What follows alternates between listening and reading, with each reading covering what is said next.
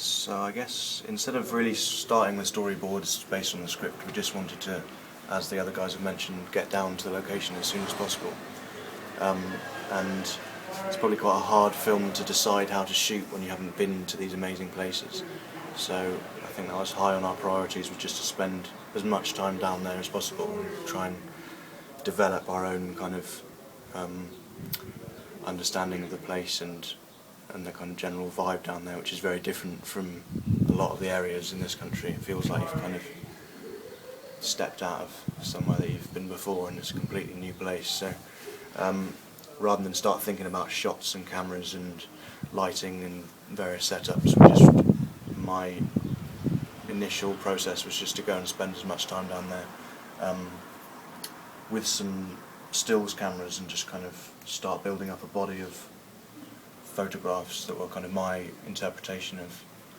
the light down there and the scenery and the area through words. And then every time we went down, I think we went down to the various locations probably 4 or 5 times before we went down to shoot the film, in relatively quick succession throughout the summer and then into the winter. So every time we go, I'd take a lot of photographs and bits of film, and we'd do test shoots on various cameras. So I kind of compiled all that together and showed what I liked and talked about what I didn't like. So that was kind of the stepping stones of the conversation that led up to where we ended up. We ended up shooting on an Arri SR3A, so it's kind of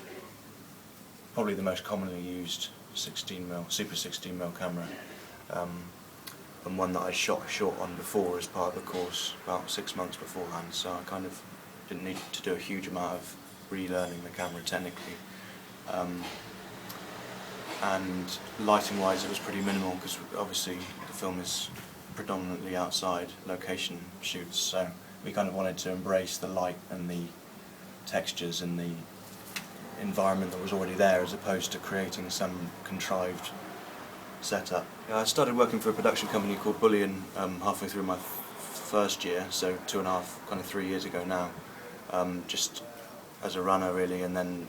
kind of expressed my interest in becoming a DP. So gradually kind of gained their trust and started ACing for music videos and commercials that they do, and then gradually kind of in the last year have started shooting things for them as a cinematographer. So, but they exist kind of in a different realm of quite, they're creating music videos and commercials for clients that want a glossy digital look that's very perfect and you can see everything in the frame clearly and things. So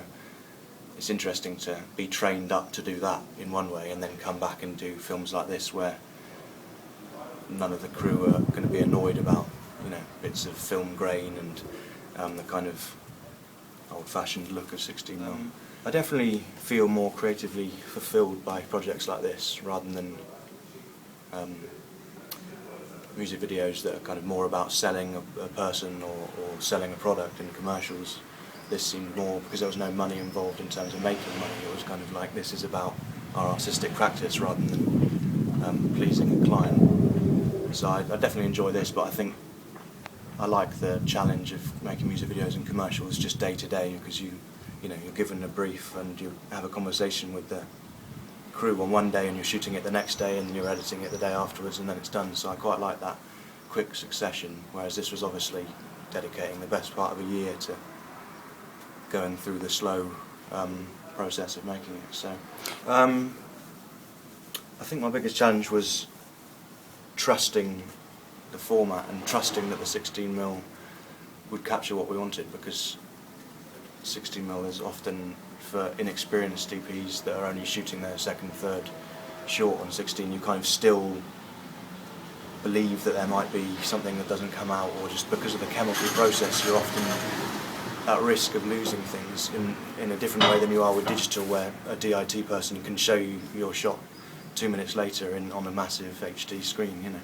So this was a lot of, I think I had to learn that, you know, we've got an important scene with David Thewlis where he's going to say a certain series of lines once, and I guess it was difficult thinking in the back of my mind, you know, if later today when I'm removing the film from the mags and putting it in the cases ready to get sent up to the lab, if I make a mistake, you know, we're going to lose a line by an actor that's already flown home, and you know, so there was a lot of paranoia around that, but I think the way that the film came out helped me get over that to an extent, because it was, okay, you know, I can learn to trust a 16mm, and it is going to be there and it's going to look good. And there's a certain shot, or a couple of shots, where we realised that we'd kind of shot the lead character Thea in her home location, with in the kind of unoptimistic and pessimistic environment of her mother being depressed, and then we had the scene of where she meets Norman and beyond, and we didn't really have a bridge between them, and it looked a bit like the scenes that were happening outside our house as opposed to right down the coast. So we kind of spent a day blasting around in Bonnie's car and just jumping out in interesting locations and just filming Emily walking across bits of landscape to show that journey. And even though they were completely spontaneous and unplanned and slightly chaotic, because we were literally bundling out of a car into a location that we didn't have permission to shoot in, and then getting a 5-second shot and moving on, you know. No, we didn't have permission. Everyone shoots somewhere without permission. And it was just nice to see that some of those shots had turned out to be the shots that we were most proud of, and that people were coming up to us at the end of screenings and saying, I really love those sequences, you know. And that shots that we'd spent 6 months planning and done endless digital and 16mm test shoots turned out to be a lot less interesting. Freelancing over the summer. I'm going to Philadelphia to shoot a corporate in a couple of weeks, and more freelancing for the company Bullion and their sister company Partisan, that do a lot of music videos and commercials work and corporate work in London.